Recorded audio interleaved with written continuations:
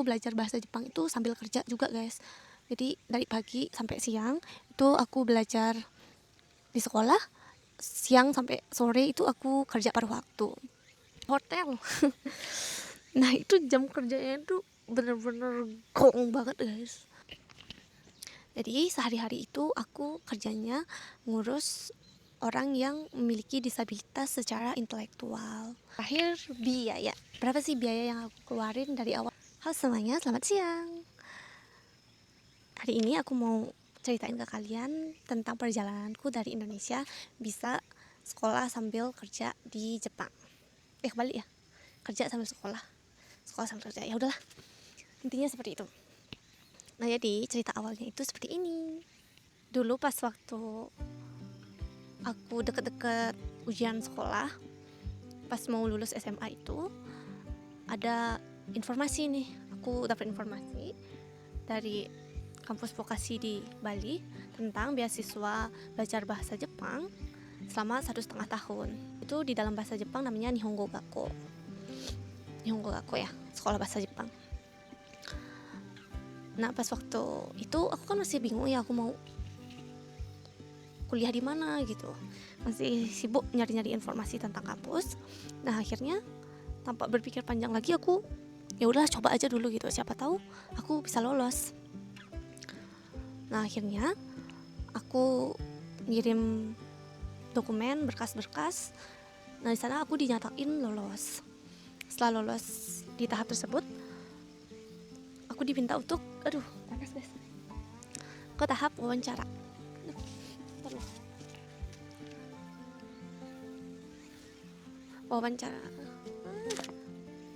Tahap wawancara. Nah di saat wawancara ini aku dibilangin kalau nanti sekolahnya itu di Jepang selama 1,5 tahun. Nah let's say sekolah itu aku akan jadi caregiver di Jepang dan harus kerja selama 5 tahun. Apa namanya, di kontrak ya, selama 5 tahun kerja sebagai caregiver di Jepang. Nah sebelum aku sekolah berangkat ke Jepang itu ada syaratnya juga. Syaratnya itu aku harus belajar selama 6 bulan di Bali bahasa Jepang ya, belajar bahasa Jepang 6 bulan di Bali dan harus lulus minimal NATES N5.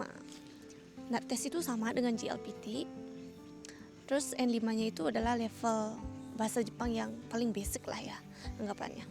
Kalau bisa nggak N5 aja, tapi harus lulus N4 sebelum aku berangkat ke Jepang gitu. Nah selesai wawancara, malamnya itu langsung diumumin tuh lolos atau enggaknya. Nah nyampe rumah, selesai wawancara nyampe rumah, diumumin ternyata aku lolos. Sumpah waktu itu tuh benar-benar rasanya senang banget, bercampur deg-degan gitu, bisa nggak ya gitu lolos N5 sebelum ke Jepang. Karena waktu itu aku benar-benar nggak punya basic bahasa Jepang sama sekali guys. Walaupun di SMA belajar bahasa Jepang, tapi aku tuh nggak suka, cuman ngerti hiragana doang, kanji apa itu aku nggak berminat sama sekali. Setelah diumumin kalau aku lolos itu, seminggu kemudiannya aku udah diminta untuk belajar bahasa Jepang di kampus vokasinya tersebut, kampus vokasi yang bekerja sama dengan yang menyelenggarakan beasiswanya ini gitu. Aku belajar di sana benar-benar pure dari nol banget ya, diajarin dasar-dasarnya bahasa Jepang, dasar-dasar kaiwa dari hiragana, katakana, itu belajar dari nol banget.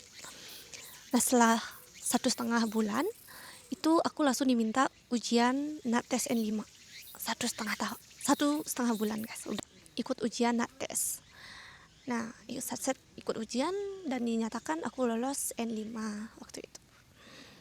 Nah tapi kan waktu itu masih ada PR lagi ya, karena diminta waktu itu kalau bisa sampai N4 gitu. Nah belajar lagi nih di sana, benar-benar di-push waktu itu. Aku belajar dari pagi sampai malam guys, belajar pokoknya gimana caranya biar aku bisa ingat, biar aku bisa ngomong pakai bahasa Jepang waktu itu. Karena kan kalau misalnya nanti kita sekolah langsung ujuk-ujuk ke Jepang gitu tanpa ada persiapan di Bali, nanti kesusahan juga pas waktu di Jepang gitu. Nah, beberapa bulan kemudian aku ikut ujian N4 dan akhirnya aku dinyatakan lolos. Dah, CPR-nya waktu itu. N4 udah kan, udah semua syarat udah dipenuhi. Pada bulan September aku berangkat ke Jepang. 3 tahun yang lalu itu ya. Ini udah bulan September, jadi bener-bener 3 tahun yang lalu udah deh. Aku langsung flight ke Jepang. Nah, nyampe di Jepang, aku di sini belajar bahasa Jepang sekaligus belajar caregiver juga. Pas nyampe itu berapa bulannya itu diminta untuk ikut ujian GLPT N4 ya. Padahal aku kan di Bali udah punya sertifikat NAT N4 ya, tapi di Jepang itu dikatakan bahwa GLPT itu lebih diakui daripada NAT tes gitu. Akhirnya ikut lagi GLPT N4. GLPT 4 udah lolos, akhirnya belajar bahasa Jepang lagi untuk ke step berikutnya yaitu N3. Nah, di sela-sela itu juga kan aku belajar kaigo ya. Berapa bulannya lagi tuh langsung diminta ikut ujian SSW. Nah, ujian SSW ini adalah ujian untuk yang pengen kerja di Jepang dengan visa Tokuti Ginu.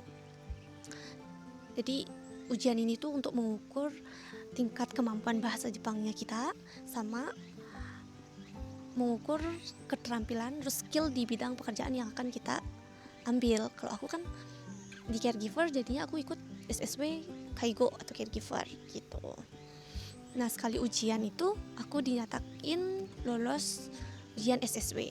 Jadi aku udah punya sertifikat SSW. Terus aku ikut lagi tuh GLPT N3. Ikut GLPT N3, nah akhirnya lolos juga. Sebelum kelulusan tuh aku udah punya sertifikat SSW sama N3 karena ini dibutuhin kalau aku mau ngelamar kerja di Jepang gitu. Sebelum kelulusan itu di sekolah itu ngadain job matching. Jadi perusahaan-perusahaan itu datang ke sekolah buat ngewawancara siswa yang akan lulus gitu. Di perusahaan mana nih yang cocok kira-kira dengan kemampuan dan minat kita gitu. Setelah selesai job matching dan wawancara sama banyak perusahaan, ternyata aku dapetnya itu di perusahaan fasilitas untuk penyandang disabilitas secara intelektual. Jadi sehari-hari itu aku kerjanya ngurus orang yang memiliki disabilitas secara intelektual. Mereka yang memiliki keterbatasan dalam memahami informasi, berkomunikasi, bersosialisasi gitu ya guys. Dan untuk pasienku itu berumur mulai dari 18 tahun ke atas. Iya, aku lupa ya bilang kalau aku belajar bahasa Jepang itu sambil kerja juga guys. Jadi dari pagi sampai siang itu aku belajar di sekolah, siang sampai sore itu aku kerja paruh waktu. Nah, awal nyampe di Jepang itu aku kerja. Nah, awal nyampe di Jepang itu aku kerjanya itu di mana ya waktu itu ya? Di hotel. Nah, itu jam kerjanya itu bener-bener gong banget guys. Karena jam kerjanya itu aku ngambilnya si pagi kan. Mulai dari jam 4 pagi, jam subuh 4 pagi sampai jam 8 jam 8 pagi, dari jam 4 sampai jam 8. Nah, sekolahnya itu kan mulainya dari jam 9. Jadi aku masih dapat waktu tuh untuk di perjalanan menuju ke sekolah. Aku kerja di hotel ini cuman selama 1,5 bulan aja guys. Udah nggak sanggup lagi bangun jam 4. Nggak jam 4, tapi aku harus bangunnya itu jam setengah 4 guys. Dan di sekolah aku ngantuk parah, sampai aku sering ditegur sama senseiku di sekolah. Iya Nanta-san, kok ngantuk gitu. Ngantuk ya digituin sering. Aduh, akhirnya aku resign dari hotel, terus tuh ngelamar kerja lagi pada waktu di supermarket, di Ion namanya. Nah, balik lagi ke ceritanya. Jadi sebelum aku graduation tuh aku udah dapat job. Nah, udah 1,5 tahun sudah terlewati, udah lulus Nihongo Gakko ya. Aku langsung pindah tempat tinggal. Dan yang aku yang aku syukuri itu tempat tinggalku ini nggak jauh dari sekolah guys. Jadi cuman pindah berapa kilo aja gitu apartemennya. Jadinya dulu itu kan tinggalnya berasrama ya, pas waktu sekolah berasrama terus kamar itu berdua. Tapi untuk yang sekarang aku tinggalnya itu kamarnya sendiri-sendiri tapi apartemennya itu berdua tuh. Nah pas aku udah kerja, apa aku udah nggak sekolah lagi? Jawabannya aku masih sekolah sampai saat ini, karena dari ini karena dari perusahaanku meminta untuk lanjutin aja sekolahnya, tapi ke sekolah itu cuman sekali dalam seminggu untuk belajar bahasa Jepang dulu sampai lulus N2. Nah setelah selesai N2 nanti lanjut lagi belajar tentang caregiver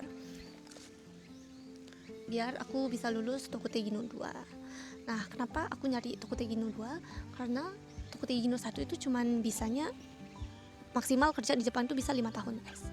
Jadi untuk yang pengen kerja lebih lama lagi itu harus ikut ujian Tokutei Gino 2. Nah itu sekarang kan aku udah kerja itu sekitar 1,5 tahun. Aku udah selesai belajar bahasa Jepangnya, udah selesai, udah lulus N2 juga.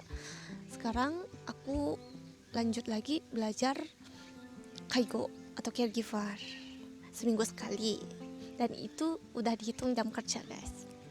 Nah yang terakhir biaya, berapa sih biaya yang aku keluarin dari awal sampai akhir dari Indonesia bisa sampai ke Jepang. Nah biaya yang aku keluarin tuh cuman biaya untuk tes bahasa Jepang aja, sama untuk seikatsu ya, untuk sehari-hari aku tinggal di Jepang, bayar apartemen, bayar gas listrik, air, wifi, dan lain sebagainya. Untuk tiket pesawat itu dapat dana talangan dari sekolah. Terus itu juga sebelum aku bisa arubaito atau kerja paruh waktu itu dapat dana pinjaman juga dari sekolah sekitar 5 juta per bulan gitu. Jadi waktu itu memang kalau masalah uang aman ya, nggak ada masalah aku. Karena dari Bali juga aku bawa uang, dikasih bekal itu sekitar 30 juta buat jaga-jaga itu. Oke teman-teman semuanya, jadi videonya sampai sini dulu. Terima kasih udah dengerin, semoga video ini bermanfaat untuk yang mau ke Jepang atau masih berpikir gitu di rumahnya. Dan sampai jumpa di vlog-vlog berikutnya. Bye bye.